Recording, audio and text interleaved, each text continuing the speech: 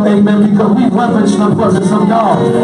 We stand up because we come to the house of God to give God glory, honor, and praise. Hallelujah. Because we believe that He deserves all the glory, He deserves all the praise, and He deserves all the honor. Amen.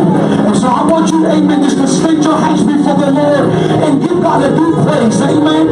Come on, open up your mouth right now and give God a due praise. Praise Him because He's worthy to be praised. Come on, because He's worthy to be praised. Come on, praise Him because He's worthy to be praised. Come on, praise Him because He's worthy. Come on, He's worthy to be praised. He is worthy to be praised. He is worthy to be praised. Come on, open up your mouth right now. Come on, open up your mouth right now. Come on and open up your mouth. Come on and open up your mouth right now because He's worthy.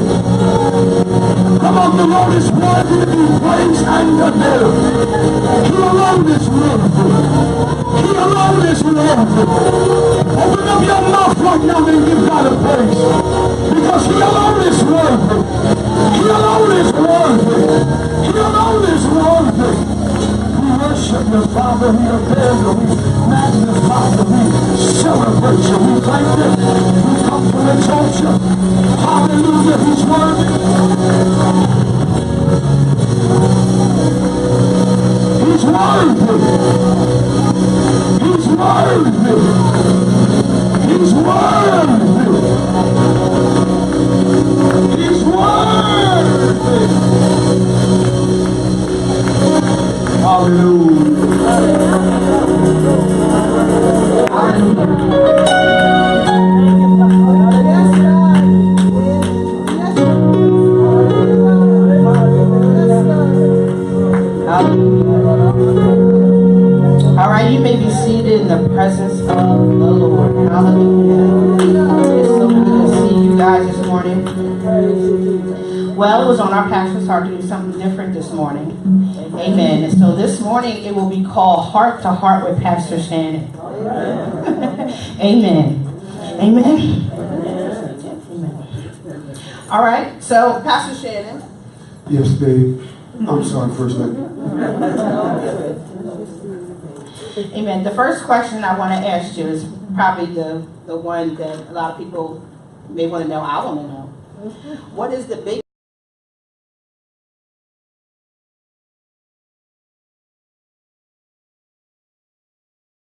Pastor Shannon, I'm not as strong as people think I am. And I have a lot of things I fight through daily. I don't want to use this term, I know, because it's not biblical, but I carry the weight of people in my heart that I don't want to be the cause of their fall. And that's why I never wanted to be in ministry. Because I knew I had to, all my stuff I had to deal with privately.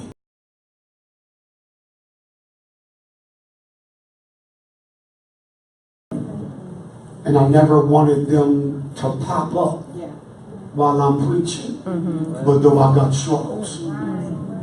did it pop up when you're preaching, Pastor? The Lord promised me something. I'm not as afraid as I once was. In Psalms 91, it says, "He who dwells in the secret place of the Most High shall abide up under the shadow of the Almighty." And He told me if I stay in His secret place, He'll keep my secrets in place. And so they don't have a tendency to pop up in public. But they do pop up in private. Thank you, Lord. Okay, so here's another question for you that I believe a lot of us have. What is a believer's life supposed to look like? Yeah, anybody else have that question? Like, what is this supposed to look like? You know, as a believer, what am I supposed to be looking like? Because a lot of us feel like we don't got it together. Anybody feel like they got it? Let me see who got it together. I just need to see your hand. What is it supposed to look like?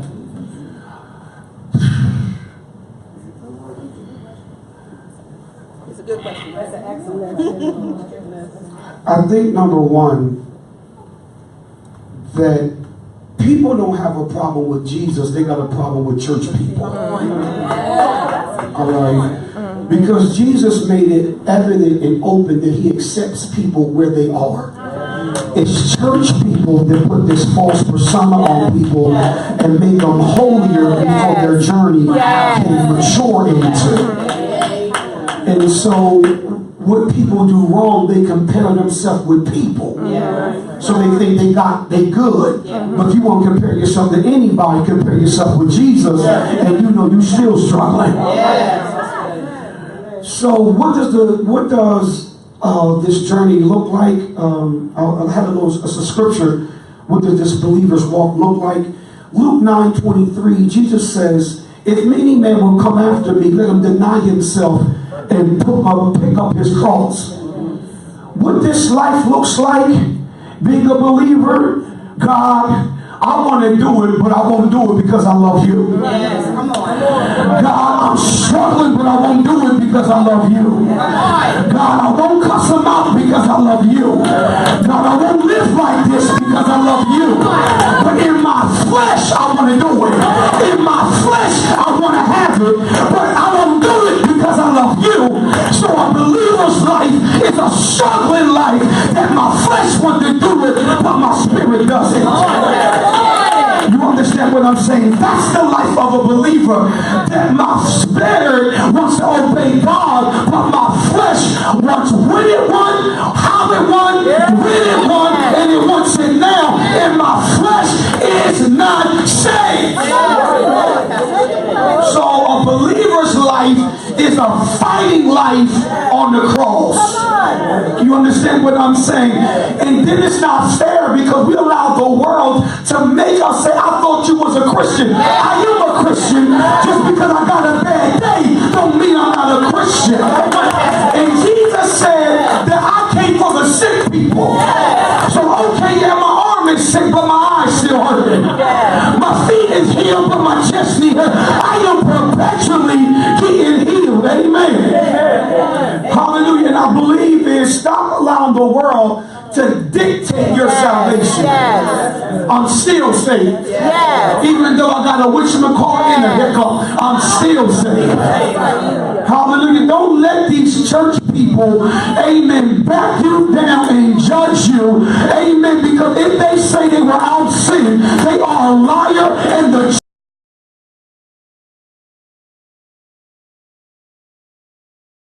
with a secret. And just because your secret is in secret don't mean you don't got one. Get delivered from these church folks and move on. Get the dust off your feet and keep it moving because can't nobody judge you in this house. I'm sorry. Come on, put our hands together for that. I'm sorry. The struggle. Only why I say that because church people mess up babies in Christ. Hallelujah. They try to change their clothes, they try to change their attire, but they never deal with their heart, and they leave wounded and they leave hurt, and God can't even trust you with people because you judge them too much. But I'll send them. Send them our way, right? I love them right where they are. I love them right where they are. Hallelujah. Sure will. Amen. Come on, put your hands together. Y'all believe that was some good stuff.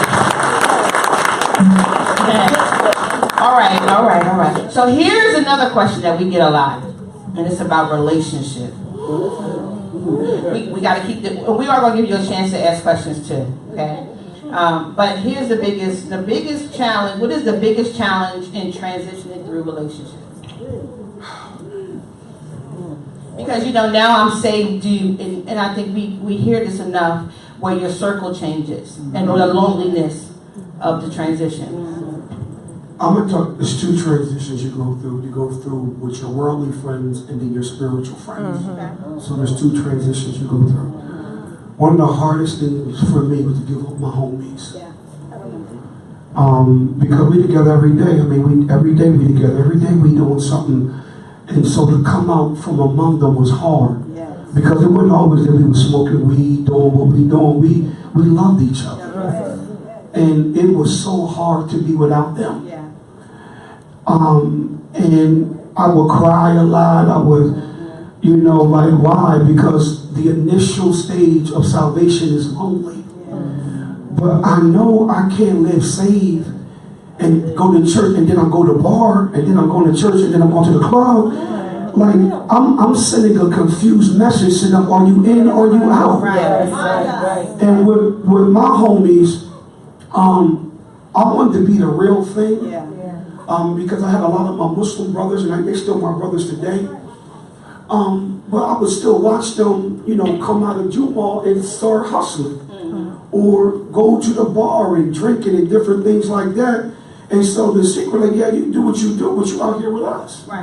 So there wasn't a respect because their mouth and their life wasn't twins. You understand what I'm saying? And so I already knew, I said, if I live this life and I live it long enough, they will respect me. And I will win them over here instead of them winning me to the bar. Because they did the bar thing, the clubbing thing, the tricking thing, but they did the righteous thing and the God thing and the praying thing. And I stayed consistent with it long enough that all of them walked through that door and asked me for prayer. And so I think we do this for a new believer. You do your friends a disservice when you still live worldly, when you confessing that you godly. Come on, put our hands together for that. That's a good one.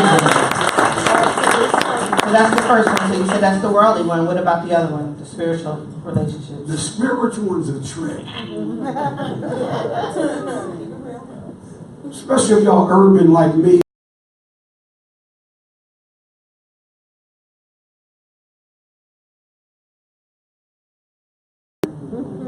We have a false loyalty. We're loyal to the core.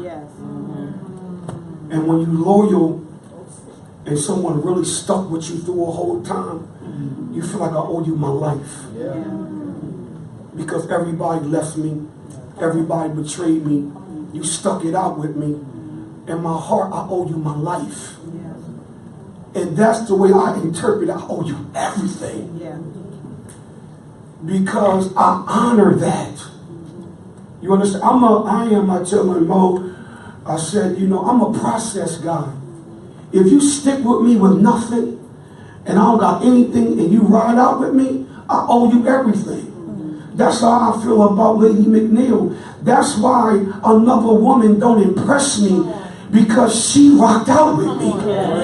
You understand what I'm saying? That's through me rehab, that's through me hustling, that's through me in jail, that's through me everything. She's that same one. So if we gotta do hot dogs and baked beans, she gonna do it. And if we go to Ruth Chris, she gonna do that. Amen. So I can take her to the Chinese store or buy her sushi. Amen. But I know none of that matters. Amen. Because she's with me through the process. And I feel like I owe her something. But this is another thing I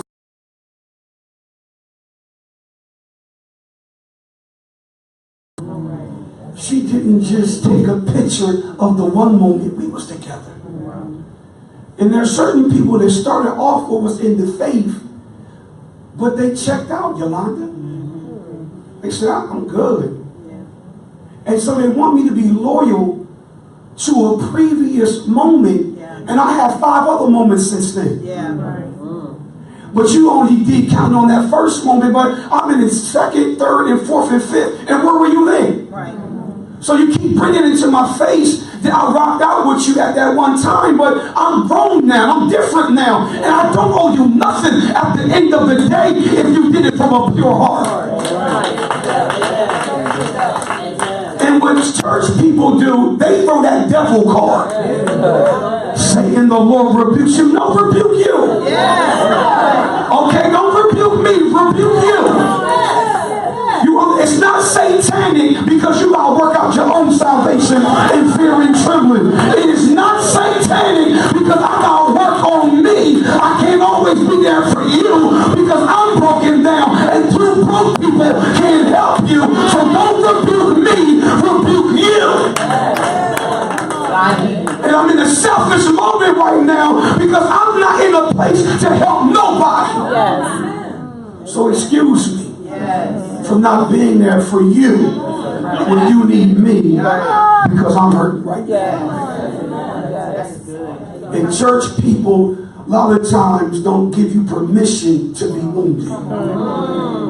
And stop trying to fix me too. I'm not your project. This ain't about say 5 scriptures and pray. I've done all that and I'm still hurting. You understand what I'm saying? It's my journey. And so don't have false loyalty to people who was there for you one time, but they missed the other 4 times. And they keep bringing up what they've done for you. That's how you know their motives wasn't pure. Understand what I'm saying? But what you ultimately do, excuse yourself in love. Don't hate people because they're not there for you. Don't call them devils because they're not there for you. Accept that we had a good time when it was good. Yeah, it was good when it was good. But we have to be cordial right now. I don't hate you. You don't hate me. But I ain't sharing you my heart. And you definitely ain't going to get mine. We're going to keep serving Jesus. Thank you, Lord. Thank you, Lord. Put our hands together for that. That was good. All right, so here I want to just touch it a little bit, just about relationships with knowing the one when it comes to, because we get this a lot. When it comes to now saved and being married, or even carrying somebody who was, because that's our story, where you got saved before I was. Yes, ma'am. And so, you know, what does that look like for you? Because on my side, I wasn't done doing what I was doing. So I wasn't ready to come over there yet. I'll just be honest. Can I just be honest? I was having fun. What I thought was love smoking weed. Hey, In our apartment, we had a top drawer, and behind my socks was all our weed. And I'll never forget, we got our first apartment, and we was smoking, we was blowing, and our aunt knocked on the door. It's we all in here, and so I make you so stupid, make you smart. It makes you so stupid. I'm putting Visine in my eyes. I said, excuse me, I got pink eyes. I'm high as a kite. We high as a kite. It's our first apartment. Yeah, we told her we had the pink eye. She was like, okay, you got the pink eye. Okay. But she leaves. She didn't leave. She probably like, Shirley, I love you so much. I know you wasn't there. Amen. Okay. All right. Okay, so, but back to us. Okay, because this is our story. I wasn't saved. You were saved. But you came to a point where you wanted to be married. Because you asked me to marry you a couple times. And I said no, because, and this is real talk, right? Because I wasn't saved, and then I looked at you, and you wasn't saved long enough for me. Because, you know, you had a lot, and a lot of you know our story, you know, from drug addiction to physical abuse. We had a lot of stuff. She would cut my stuff up, bleach it in the hallway, everything. Yes, she did. Now watch this. Now watch this. How many of y'all have ever bleached his clothes? Now, don't lie. You in the house of the Lord. I bleached them, I cut them, burned them up. Well, you're lucky you wasn't in them. How about that? Shandos. This interview will be from behind bars. Okay. So, because this is how we look, right? And we get this question a lot, because I wasn't saved, you were saved. You went off to rehab, you got saved, you came out. And you know how they do, they go to jail, they come back, they go back. Okay. No, and so there had been so much hurt. And I'm just honest, we're just talking, right? There was so much hurt behind our relationship. And so for you to come out now and say you found Jesus, he told me the sky was blue, I went and looked for myself. I didn't believe anything you said. And so to be saved, but I watched what you did. And so what did that look like for you?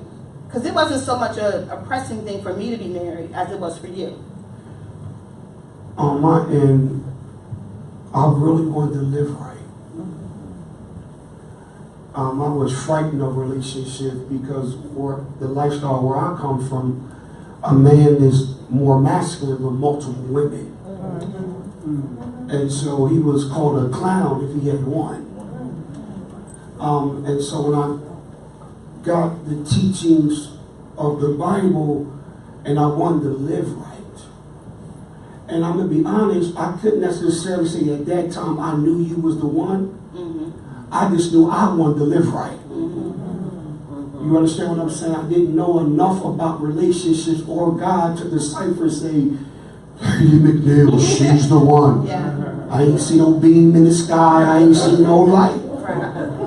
I just wanted to live right. And I knew I couldn't live in this apartment. They would call it shacking up. Shacking up. Yeah, you know what I mean? And I didn't want to do that.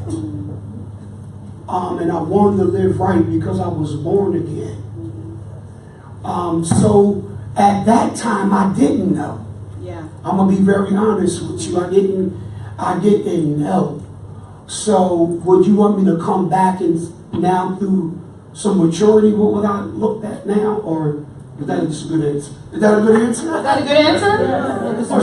Yeah, I mean, for back then I didn't know. It's a real answer. I didn't know. Yeah, I didn't know.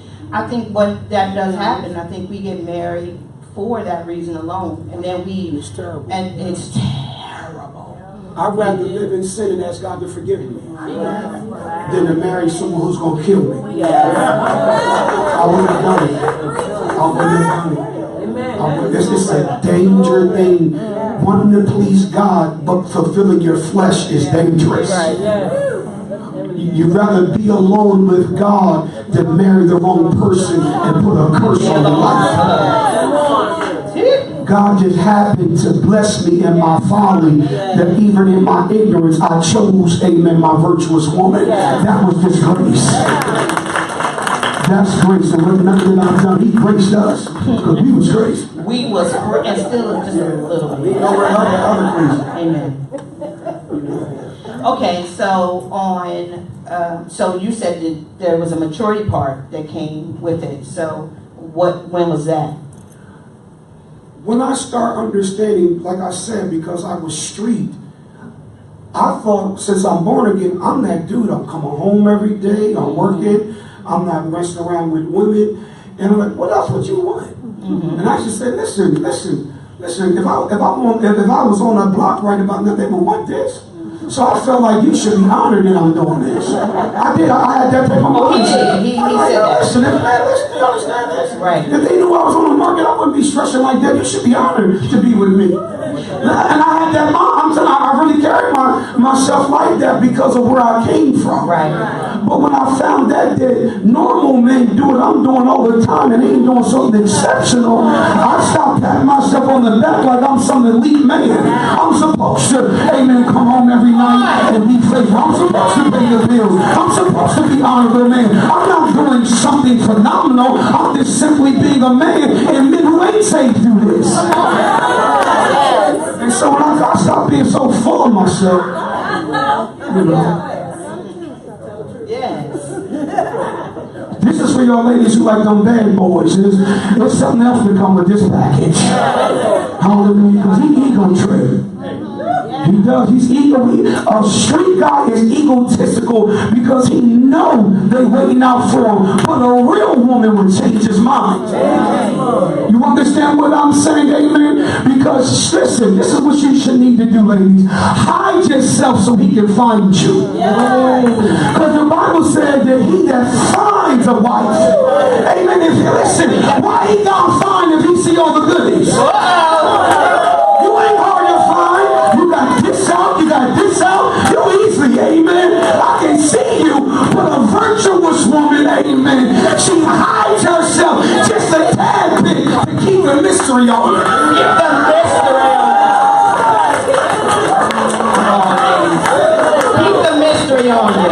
Hey, Cam, it makes you think like, what that look like? she's got a little modesty on her. You understand what I'm saying? She's still ladylike. And Kevin made me want to come up. I can't see anything. Hey, shorty, it's me. She ain't walk like that. That turns her off. She the type where you gotta get yourself right in secret. Amen. My wife used to do this thing to me. She said, take me in Sizzlers. Right? Y'all remember Sizzler? Y'all go older, y'all don't know. Sizzles was a little restaurant.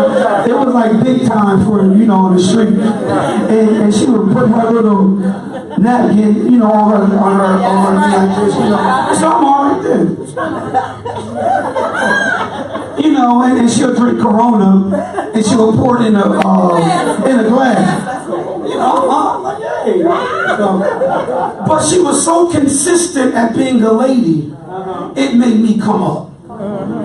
And so I would buy certain clothes that we would go out on a date with, because she never lowered her standards, even though she had a street guy. So she remained a lady and made me become a man. She never dropped her standards for me. Never. That's why I love you today. I'm still a little urban. You are a lot little. All right. So you want to answer the question? Yeah, we got 2 minutes. Yeah, let's bring the mic. John, help me out. All right. So now we want to give you an opportunity to ask some questions to you. To us.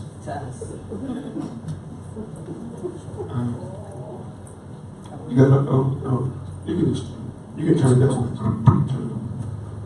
Give him the mic too. All right. Don't be afraid. You got a question for us? Something you may have always wanted to ask. Anything. Or an open book. Uh-oh.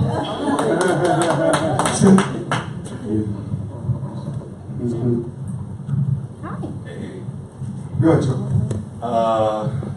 How do you successfully remain single and saved?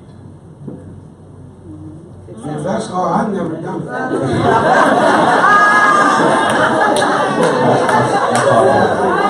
That's why I'm asking. Yeah, I've never done it. I've never done that. Yeah, successfully. But what I can say, I don't like the way church people make people who single feel. I don't believe just because you have desire for companionship don't mean you lusting. And a lust demon is on you. That's not true. You just want to be with somebody. And also, if God gives us desires, they're not evil either. They're not evil. He wants us to fulfill them in marriage. We was just talking to our kids yesterday, and we was talking to them about sex and stuff. And they was saying, we just talked. I'd rather you save it to marriage, because once you open that sex door, it's hard to close that. You understand what I'm saying? So, what I would say, to speak purpose-wise, because I can't speak relationship-wise, that I like what you're doing, Charles, not to speak to you specifically because I respect you and I love your journey. Fulfill your purpose while you're single. So when your mate come, you don't got to do a lot of work. You understand what I'm saying? So you got time to internship. You got time to finish school. Use your singleness purposeful, but also be watchful, because you want a companion. And I love, you made a comment on Facebook last week that you failed enough to, what was this comment you did? You said you failed enough to learn to finally do what was right. That's true. It was, I did a lot of wrong to get right. I did a lot of wrong to get right. This is what I would say to this if I was single again. Prepare to be what you want to see. That's what I would do. I will prepare myself to look like the man that she wants. That's what I would do. So I will clean up my diction. I will clean up everything about me. So when she sees me, she got to have me.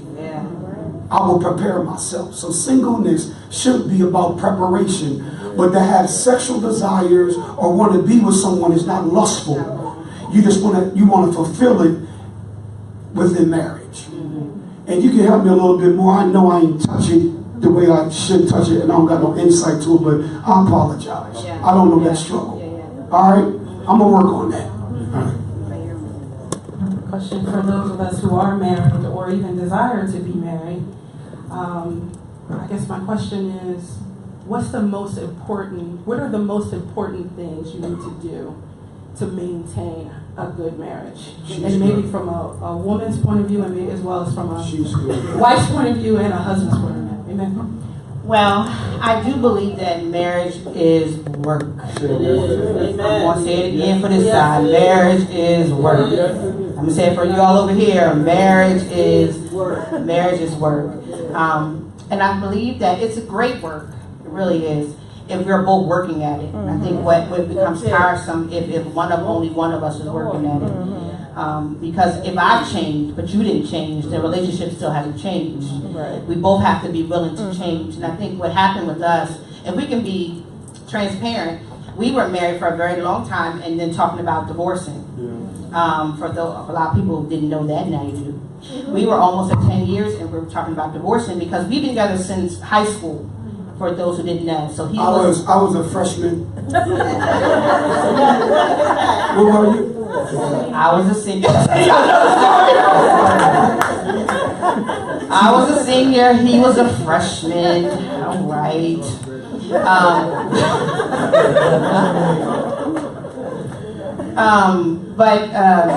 Yeah. So we what happened with us is that our relationship needed to grow. And I think that's your relationship evolves because as you're evolving, so is he. And as she is evolving, you are evolving, so is he. So the relationship is constantly revolving. And so you have to change up how you communicate, how we deal with each other. That should always be changing, right? Wouldn't you say? Yeah. That was the biggest thing for us. We were still treating each other like we were the 15-year-old and the 17-year-old. And here we were at almost 30. Yeah. And another thing with me, my wife taught me a lot. She's the relational one. I'm the worker. And so one thing my wife taught me is 5 minutes. Yeah.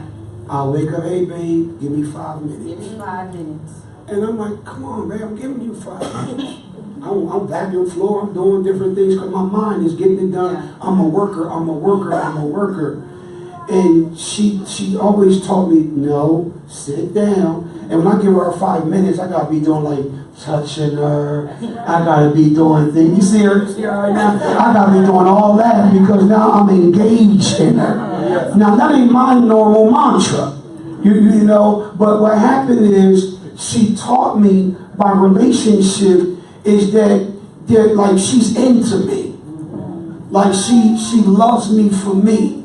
And so she forces me to talk, but now she's my best friend, and then she's my purpose partner. Like we talk about everything. Like there's no limits to our conversation of what we want to do and how you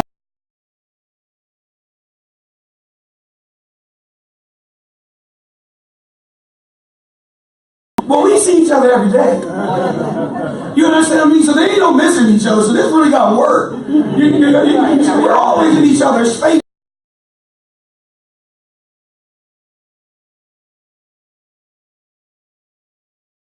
I want to read by myself and she go do certain things. But I love being with her.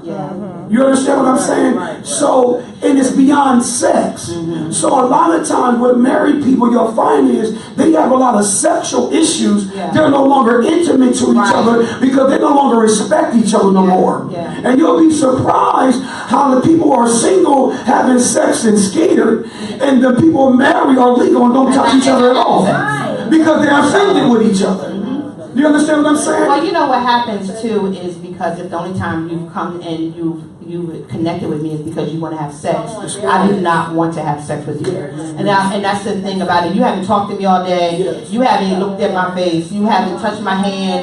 Because there's an intimacy that comes, that's what that really is about. The intimacy, it's not but just she taught me that. rubbing and she asked the question. I'm just answering the question. Right? And so that I don't mean to point at you because it's her husband right here.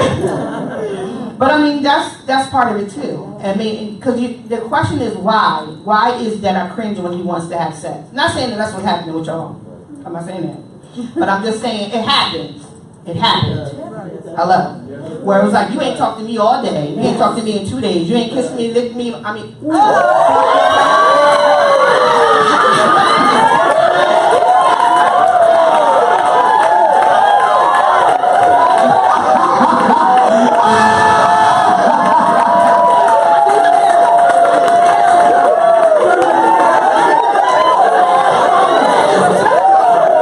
listen. That's on Facebook.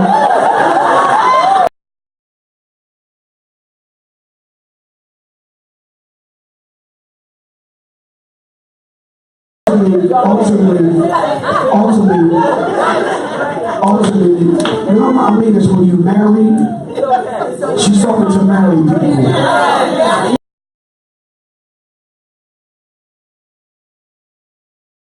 Have an adulterous relationship. You understand what I'm saying?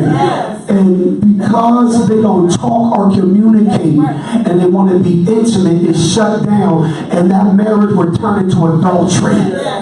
You understand what I'm saying? So don't we laugh at this. She's talking about married people. Let me clarify that. She's talking about married people who come with their spouses. They aren't intimate with each other because there's no respect and there's no love.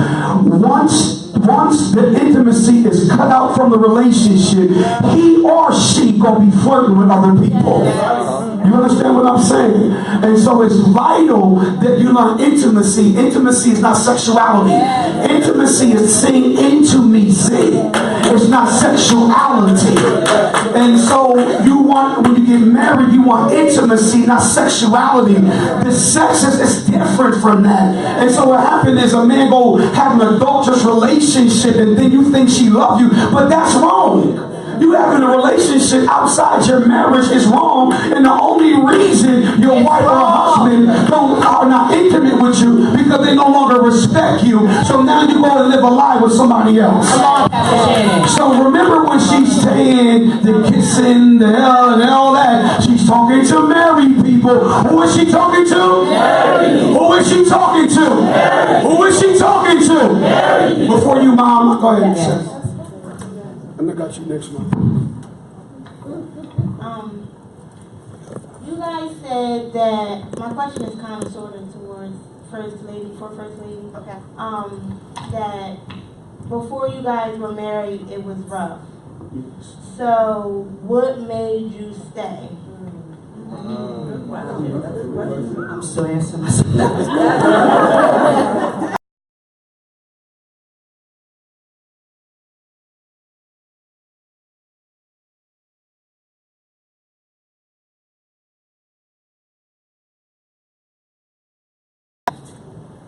We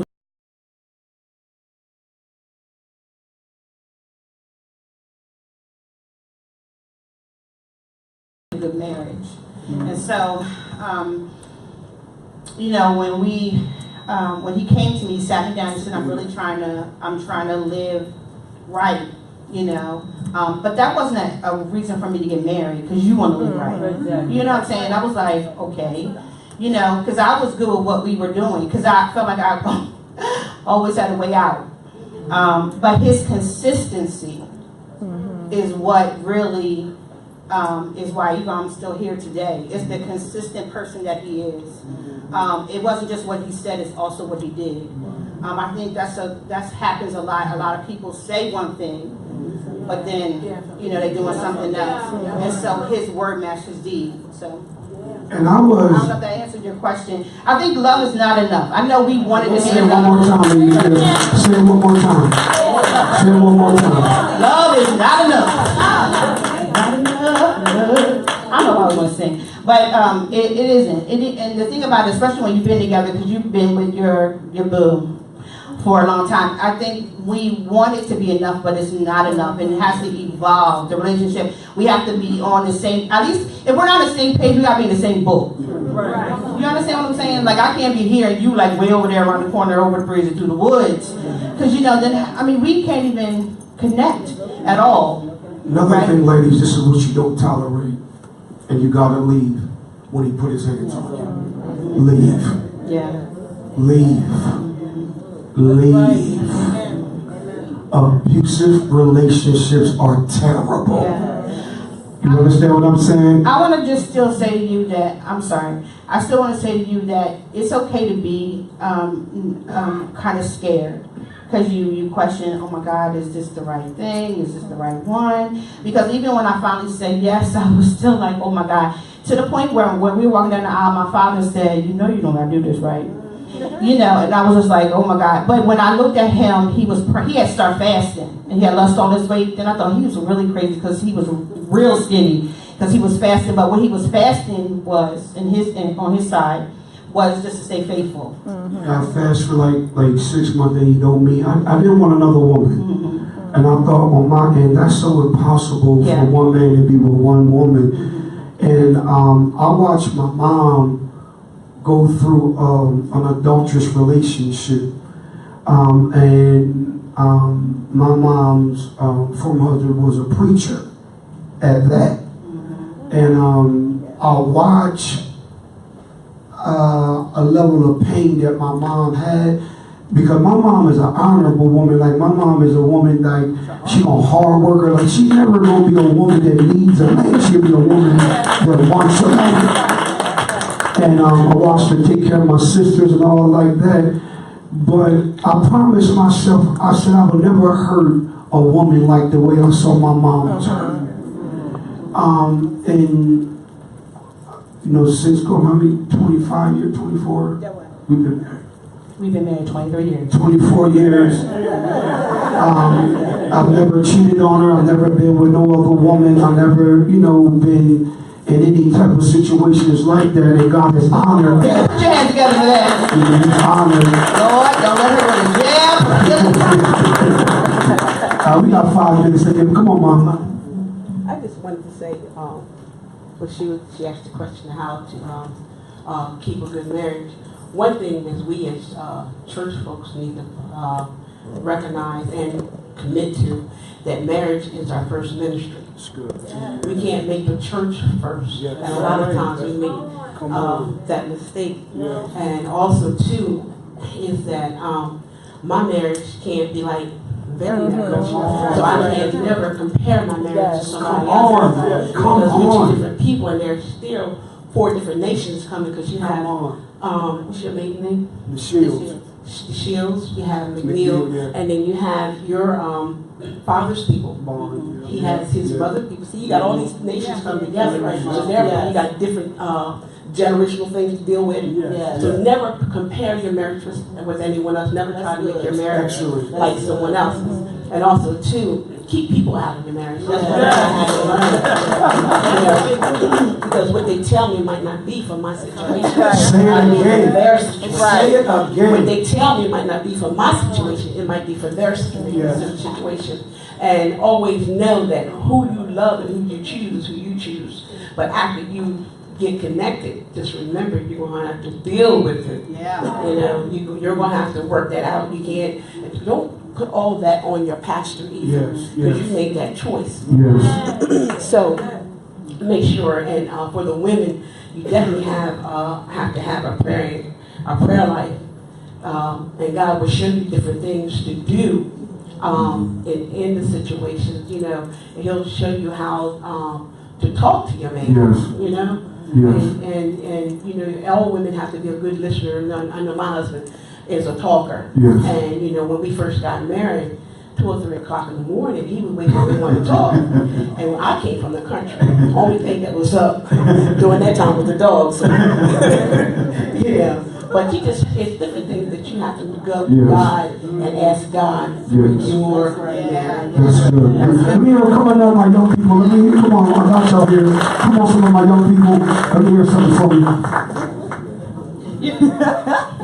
You're not younger yet. Let me hear one now. I'm going to hear you. Yeah. I'm going to hear you, Keith. I got a question. When you're younger and you know, or you have people come to you and tell you, you know, that you're called, that you're anointed, and my question, I guess, is where do you start?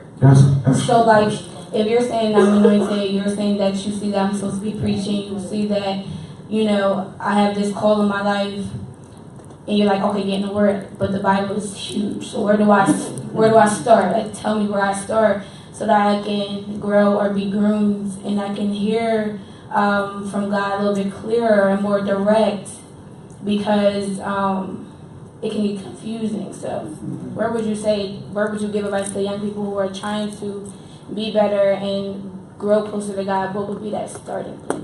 I think is with me, and this is the trap for young people, is that they're going on social media and trying to become something that a process gonna make them to. Right.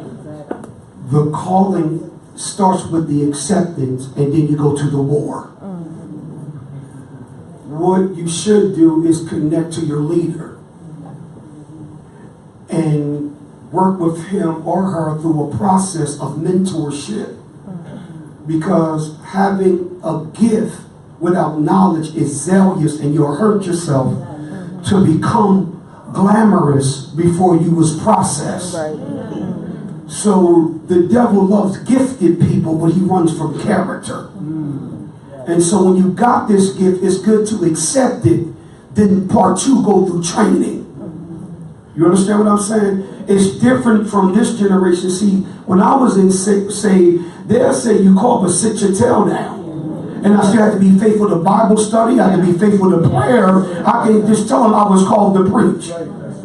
Then they would say, I can tell you called to preach by how you pray. I cleaned the church. I vacuumed the church.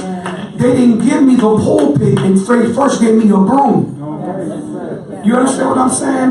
And so just because you call don't mean that the doors of heaven gonna open up, because many are called but few are chosen. And so God, he'll say, yeah, I called you, but what you doing? Well, I'm called. Then you'll take your arrogant self and you'll sit down. And you're going to go through the school of hard knocks and training. Only people who start on the top is grave diggers. Amen. God going to kill you, and then he going to use you. You understand what I'm saying? And those who walk in a calling, know ain't nothing glamorous about it. Do you understand what I'm saying? So what I would do first is connect with your man or woman of God and come serving, not preaching. Come serving and not gifted. Come to serve. And let me also show you, all gifts are not preaching.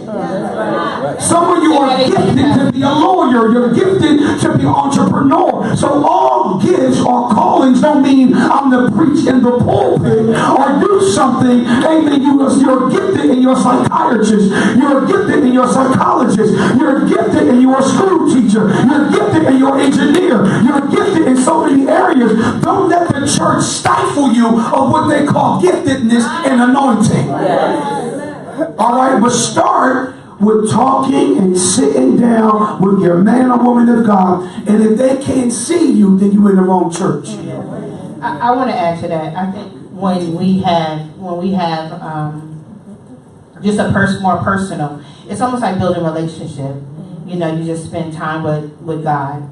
You know, I think that's the most important thing, is because he's the one who kind of, it's the inward things that are being strengthened for. Before you even stand publicly, it's the secret kind of, the relationship. And it's like almost a relationship. You want to be with him. You want to see what he's saying, what he can say about you, and, you know, give you a whole different perspective. All those insecurity things are worked out privately. Yes. So then when you stand publicly, they don't show. Yes. Does that make sense? And so just spending time with him right now is just about, you know, reading what he said. You know, it starts with number one. I'm just talking about, this is what I think. And it's just the private part of it. Your leadership, because that's a different perspective than what I'm talking about. You understand what I'm saying? Like just the one-on-one. Okay. Behind the scenes, before you get up to this part. Yeah. Keith, you need to come on the side. My last young people, they're going to Keith. Keith. How do you recover from, like, when you miss the mark? It's an excellent question, but I don't think you've missed it. I think the Bible says a righteous man falls 7 times when he gets back up. I was, pastor,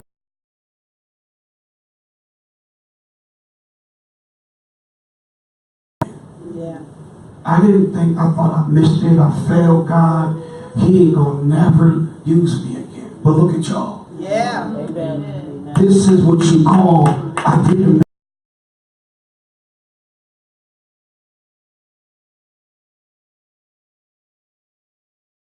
Many times you fall and mess up. And God is not like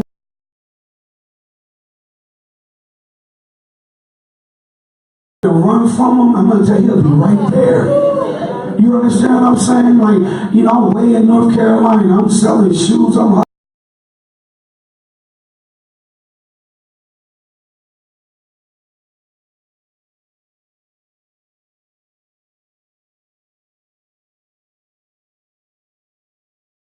You know what I have to say to that, Pastor Shannon and to Deanna? You know what? When God called us, He knew what He was getting. And even my mistakes are written in the plan. Yes. I do believe that. Two separate things, because once you get married, things should change. Things going to change. But my question is, being married versus just dating, is the word no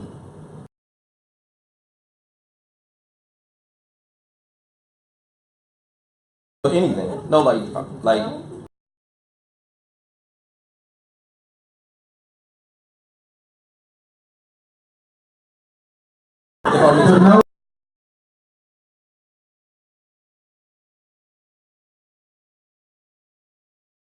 because marriage doesn't mean that we're each other's doormats. And church people really mess up submission. You're supposed to submit. But the Bible said we submit one to another. Now listen to this. You can't submit to a person who don't know where they're going. Yes. Look at the word. Sub means come under, mission. Well, where are we going? I don't know. What are you doing?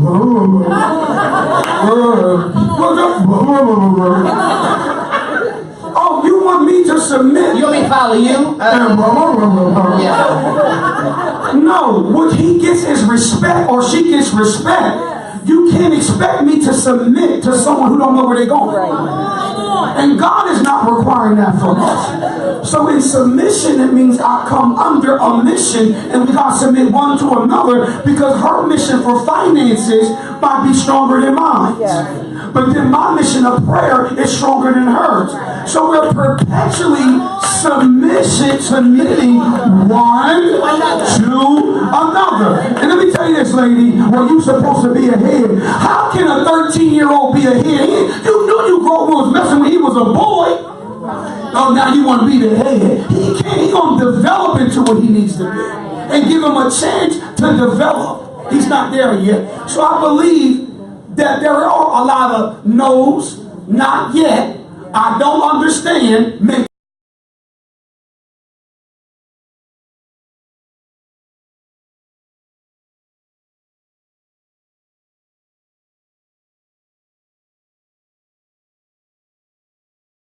Under the covenant of marriage, and then manipulate the scriptures like you gotta submit to me and I am your head.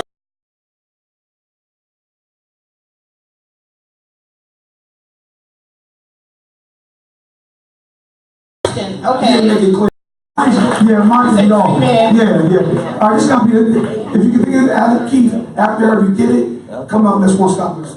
Okay, I have two questions. So for the first question, when you feel like you have a calling, but it's like a talent, how do you know it's your calling? Like you have a passion for it, pray for it.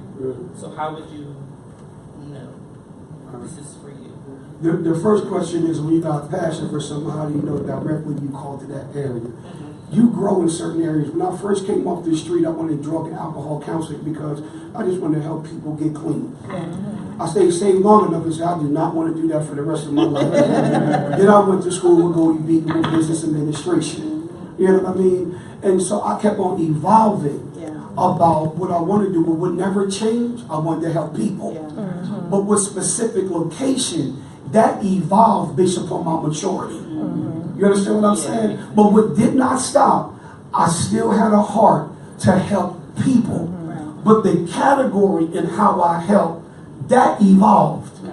And so that has to be the thing. Like, say for instance, you call, I still love senior citizens. I might start to want to work with them. Now I want to build a house for them. Now I want to do different things. But what you call to do, that doesn't change. It evolves in it.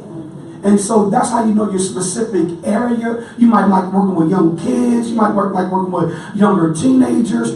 But with degree of how you help them alters. Yeah. What I would suggest you do is to, like what I did was, and this is just some wisdom, I wrote down all the jobs that I really liked doing, right? And then what was it about those jobs that I liked about them? And then I realized that I like helping people. I like being a small part of something big. And I like community. It's a problem solving. So those were the things about the jobs that I Giving myself to know why I don't see a future with. So how did you know he was your person?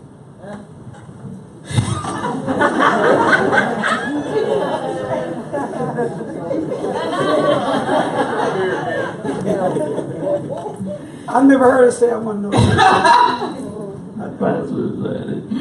Okay, well, the things about Pastor Shannon that I love the most, he's always made me feel safe.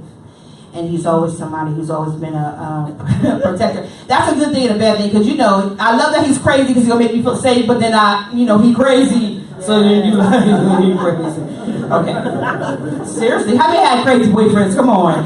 We like that he makes us feel safe, right? Because he like, he gonna go to bat for you. I already tell y'all this story real quick. But then he be trying to put his hands on you, then you be like, no. And y'all been over the Delaware Memorial Bridge? Oh my God. Y'all know that? So it's my senior, probably on the way to Great Adventure. I'm bugging it out. I'm a little intoxicated. And she got the rental car. So Maxim, this one of Maximus just came out. And they was, so I'm this bonus Maxim. She said, babe, I need to calm down. I don't feel safe. So No. I'm so glad I have a mic today, because you know how many times Pastor Shannon has gotten up and told a story, and I be like, and I see somebody looking at me like, if he told you, I be looking at him like, Your boys were in the car. Now you know how they show off. Girls, where y'all at? You know how they show off, right? So he just told you the part that he was intoxicated, but he was also showing off because it was just me and him, and his boys was in the back. Now go ahead and finish the story. So she convinced me to pull over on Delaware Memorial Bridge. I pull over, I'm ready to go from the driver's side to the passenger side. The car pulls off. I am walking on the Delaware Memorial Bridge. She left me on the Delaware Memorial Bridge. Just so happened my cousin Jimmy arrived. I said, what you doing? I said, she put me out. He said, listen, let me tell you this. Any woman that puts you out on the Delaware Memorial Bridge, you got to leave her alone. But we've been together ever since.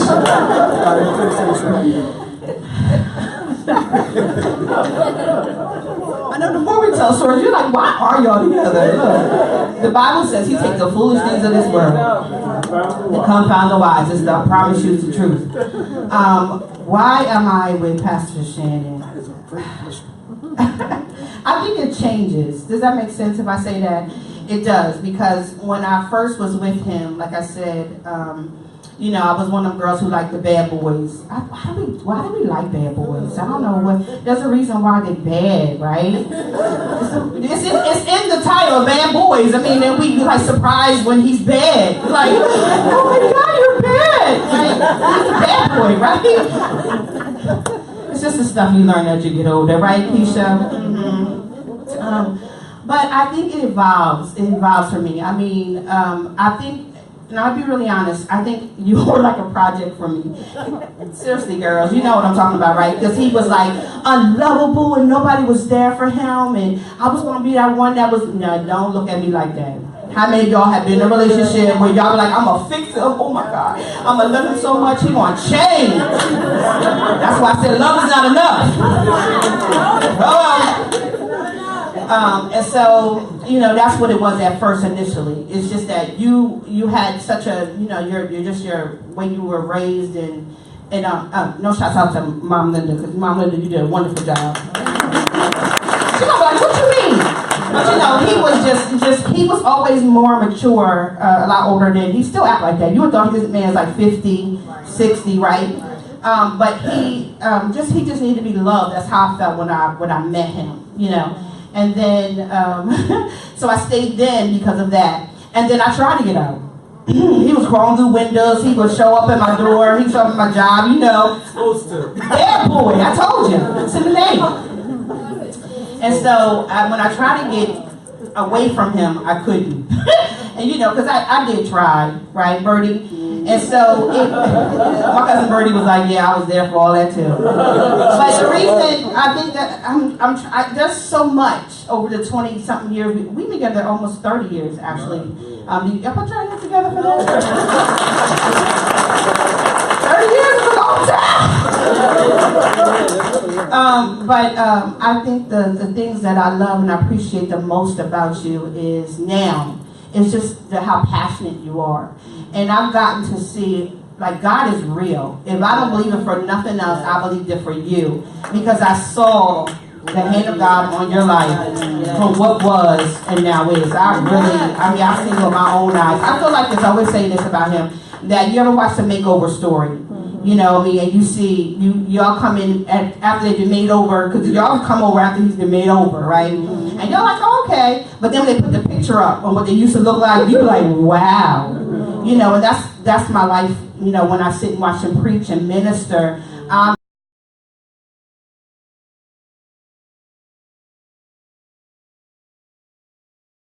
We got married twice. I started telling y'all the story about when we were going to get divorced, because we had sat down to talk about divorce, and he was pastoring. And you know, and I was going to go, y'all know where I was going to go live, right? Somebody know. I told us to California. I was going to go live in California. I was going to take my kids. We were going to sell our house. You take your half. I was going to take my half. I had it all planned out. You know, it's bad when you start to sit down and plan out plan B, right? And so we sat down to discuss it. And we wanted the same things. We just didn't know how to work it out. We just didn't know how to get it together. Right. You know what I mean? You know what I'm saying? It's just the communication was just off. Like, we want the same things. Why can't we get it together? So we sat down and do that. So we got married twice. So the first time, I always say this, we got married because of just love. Yeah, more like passion. You know what I mean? Because I didn't want to burn either. Because, you know, they said, you know, married and burned. Mm-hmm. Amen. And then the second time we got married was for purpose. I do believe that. Yeah. Let's put your hands together. Amen.